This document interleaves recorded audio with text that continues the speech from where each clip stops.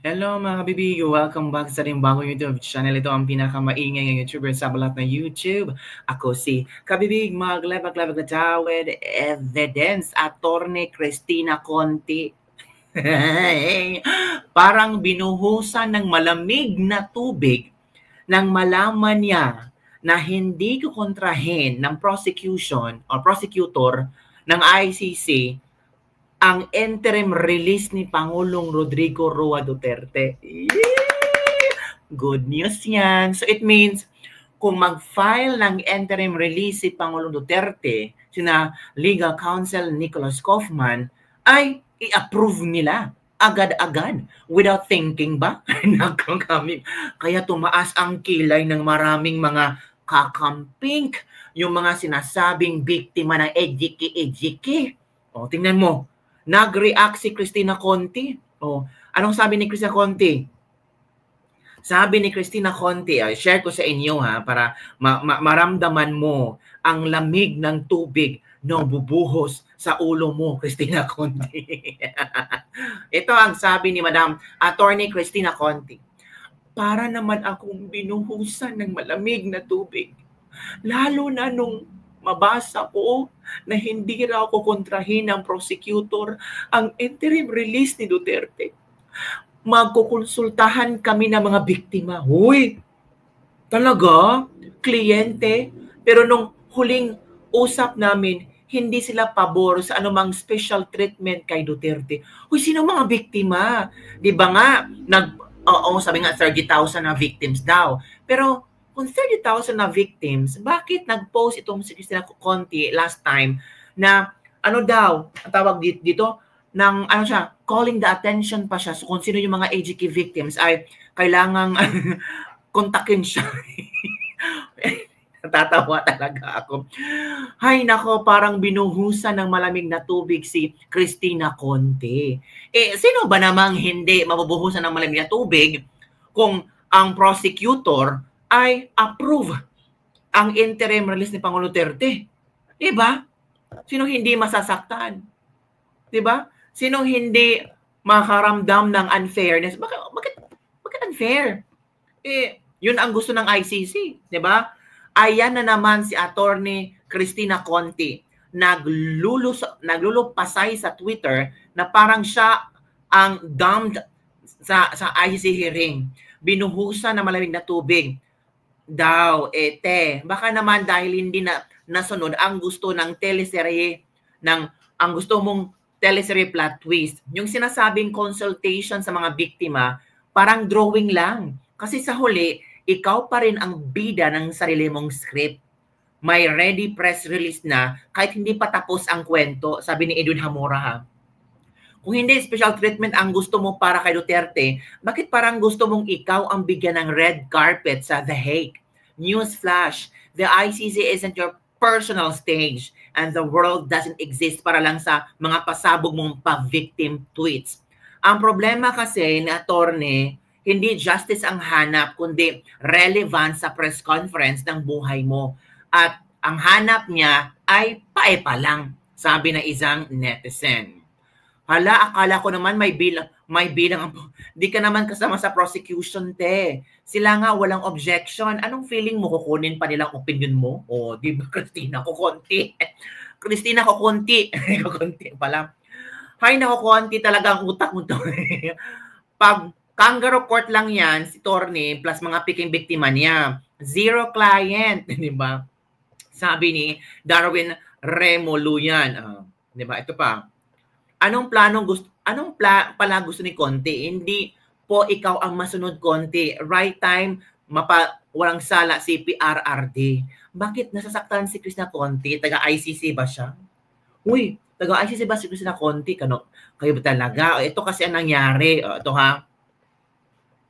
Pre-trial Chamber 1, situation in the Philippines, Republic of the Philippines, in the case of the prosecutor versus Rodrigo Roa Duterte, with confidential annexes A, B, C, ex parte defense and prosecution only, public related version of the urgent request for interim release, June 12. Wow, Independence Day talaga, no? Independence Day, yung urgent request for interim release. Palakpakan natin dyan. Sabi dito, binasa ko lang number 40 ha. As such, the defense will respectfully request that the pre-trial chamber order Mr. Duterte's immediate release into redacted under any condition as deemed appropriate. The defense also respectfully requests that all the deadlines for any responses or observation be shortened in the light of redacted.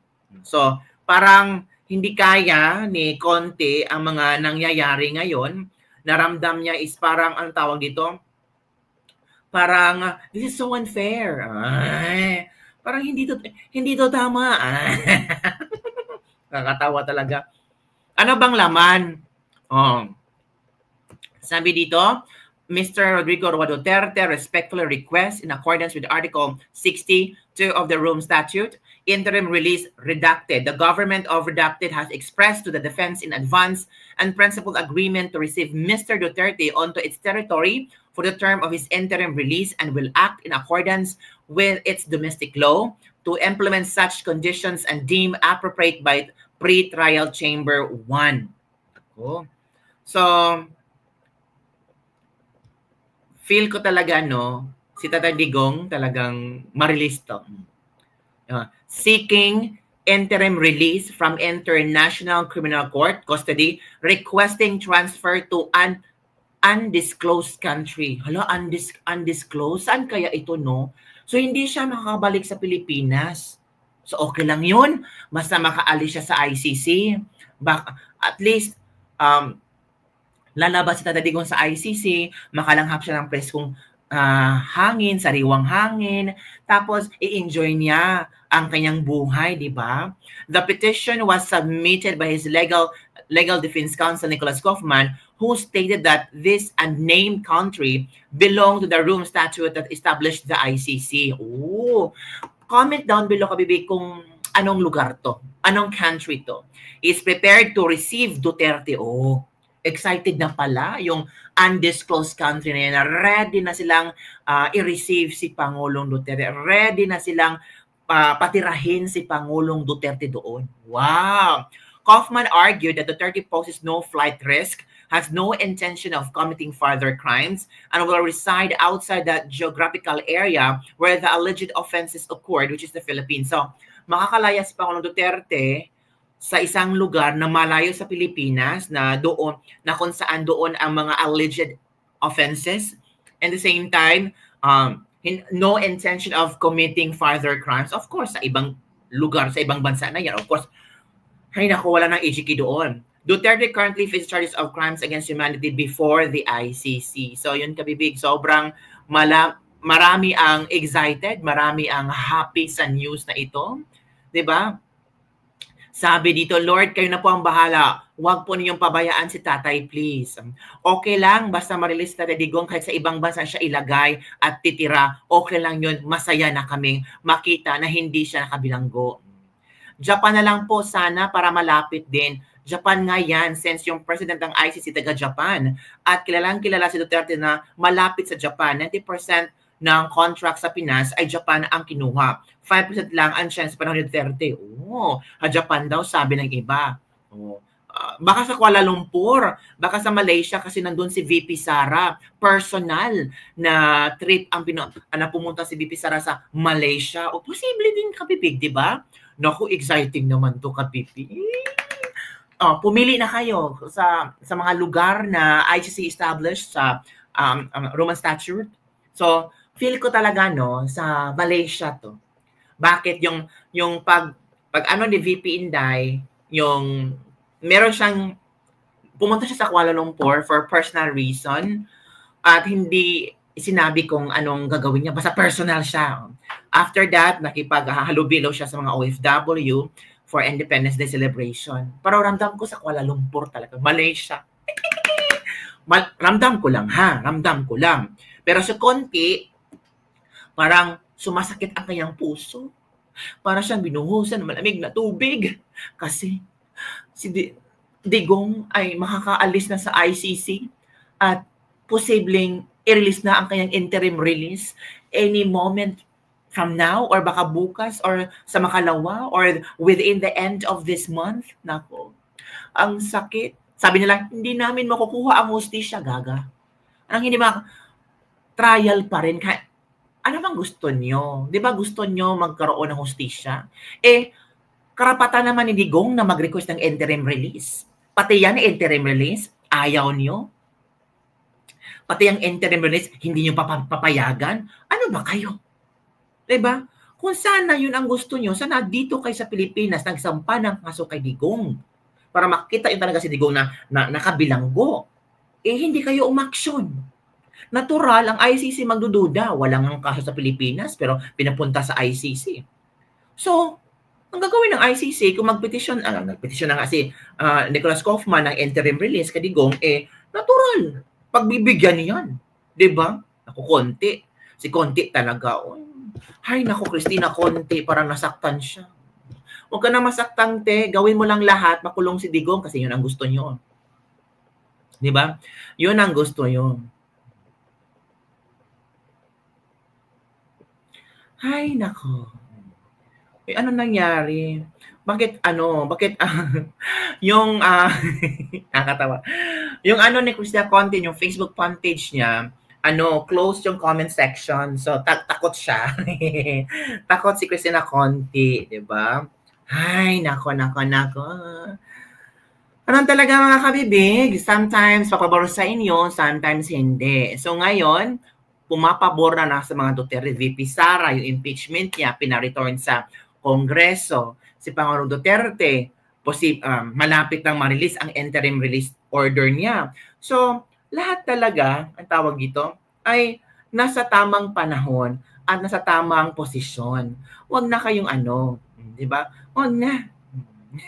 Ay, happy no, ang daming mga at mga small, ang tawag dito, small success ni VP Inday. Ito nga si Christina Conti, nanawagan nga. Ito yung panawagan ni Christina Conti. Sobrang desperate. Bakit? Kasi may 30,000 victims, di ba? Bakit pa mananawagan ng mga, ito yung panawagan ni Christina Conti.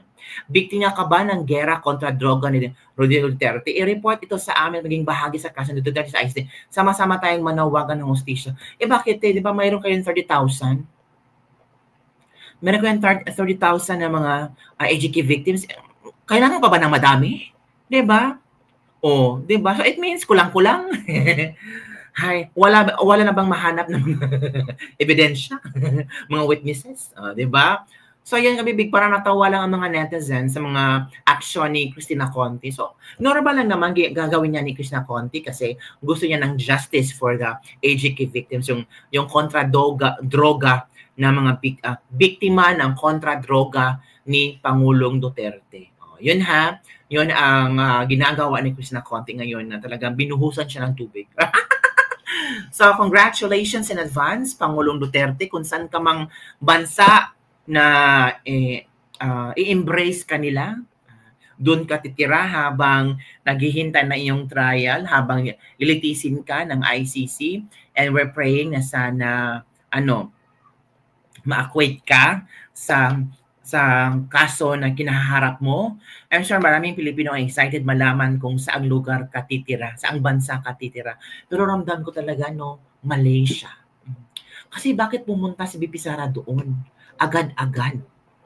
So it means there's something fishy going on. Parang, basta iba yung pakiramdam ko. Parang hinahanda na ni VP Sara kung saan titira si Pangulong Duterte, yung security niya, yung lugar safe ba. Yun ang imagination ko Disclaimer, opinion ko lang, imagination ko lang, interpretation ko lang kung bakit biglang si VP Sara ay pupunta sa Malaysia, sa Kuala Lumpur.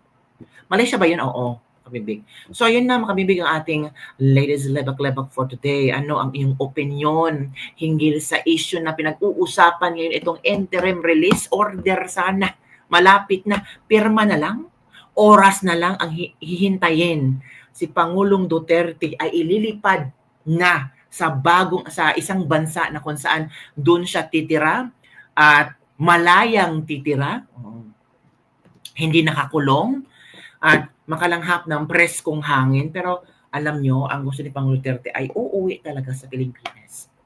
Kasi mahal niya ang Pilipinas. Pero sige lang tay, for the meantime, pagtiyagaan mo muna yung interim release and later on, ma-acquaint ka sa ICC and makakauwi ka sa Pilipinas. Ang mahal mong bansa. Yun lang kabibig. Don't forget to like, subscribe, and share this video. Bye everyone. See you next time.